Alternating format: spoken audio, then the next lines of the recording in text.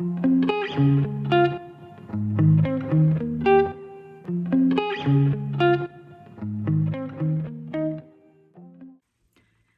I'm Noor Bashara from Upcycle Design School, and I want to show you guys the tools that I use to upcycle jeans. I use the seam ripper, and I like this little one right here because it has a very sharp little point to it, and it's just easy to maneuver in your hands. It's also really cheap. I also use a big sharp fabric scissors, something like this one right here. You want to make sure that you only use fabric on these scissors. Don't cut paper with them or the blade will get dull.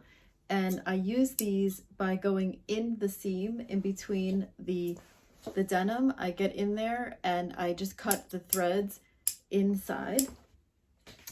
You can also use a little guy like this. It's like a little clipper and the nose is sharp. And then also a lint brush comes in handy because you want to be able to just wipe off the threads that you're going to get once you start cutting the seam.